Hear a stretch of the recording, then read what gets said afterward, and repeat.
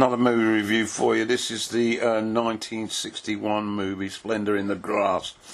It was directed by Elia Kazan, produced by him, and the screenwriter was William Ing. In the cast, which was an impressive one, the lead role for Natalie Wood, who plays Wilma Dean Loomis, nicknamed Deanie. Pat Hingle plays Ace Stamper. He is the father of Bud Stamper, who was played by Warren Beatty. This was his first major role in the movies, a very young Warren Beatty. Audrey Christie plays Mrs. Loomis, Natalie's mother, of course.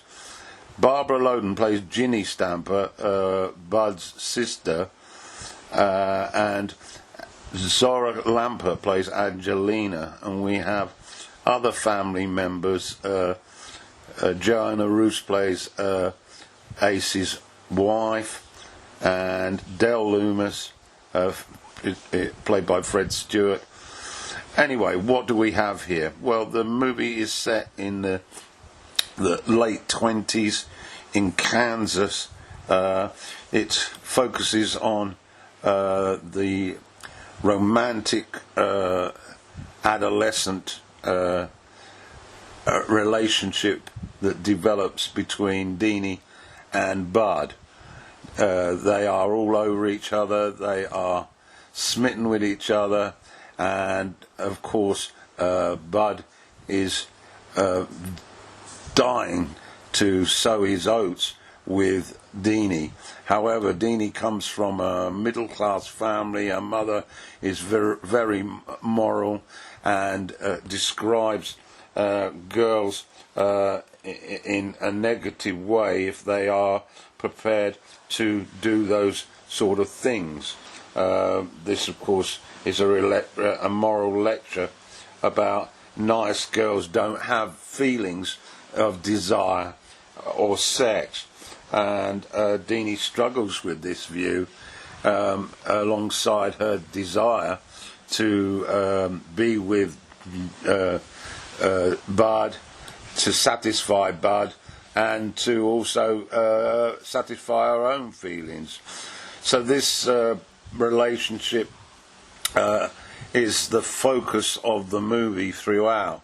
In the early stages, they're both getting advice from their parents. Ace Stamper, played by Hingle, is constantly on to Bud to wait and not get involved emotionally with a young girl, based on the fact that he's got his business ready-made for Bud, and that Bud should go on to Yale University first before he considers settling down. He reluctantly agrees to this, and the separation of the two then provokes a massive change in the latter part of this movie. Bud slowly grappling with his desire to still be with Deanie, does try to adapt to college life, but makes a pretty pitiful effort. And it isn't long before he basically gets out of college because he's just not able to put in the work because his mind isn't on the job. And he then goes into a sort of manual job, much to his father's despair.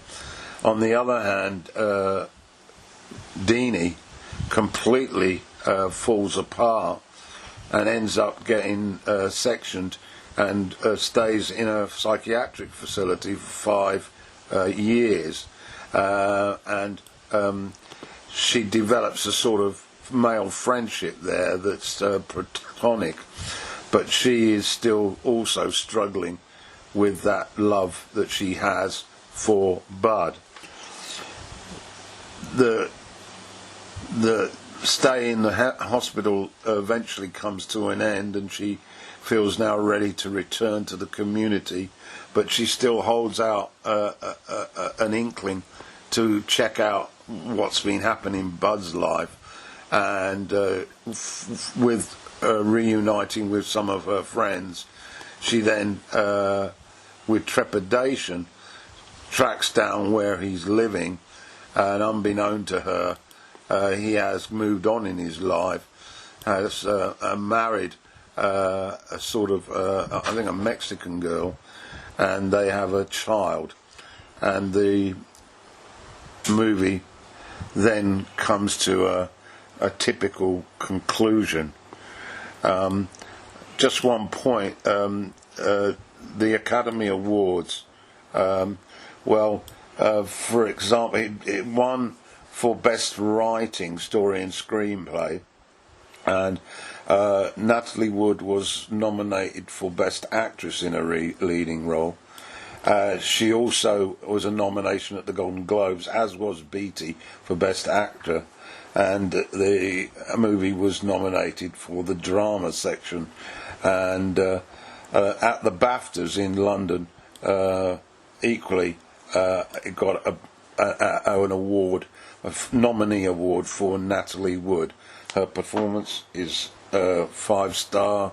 Her the scenes where she completely becomes hysterical in her vain attempt to try and control her desires and feelings for Bud is a masterclass. And also her throughout, she is the star act. Beatty, well, as a first appearance in a lead role in a movie, of course he is magnetic and assured and calm in his role. I would recommend that you go to see this movie.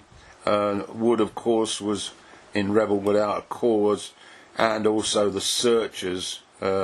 She was in that movie with John Wayne. Her material in the late 50s and here in the big start of the 60s has certainly suggested to all in sundry what a fine actress she was, and certainly in this movie she gives a great performance. I also like the performance of Pat Hingle. He's a very sort of macho type of character, very rigid about his expectations for his son, and wants to get his own way. A very controlling figure, which at times Bud finds difficult to cope with, but an excellent performance. So that's my take on Splendour in the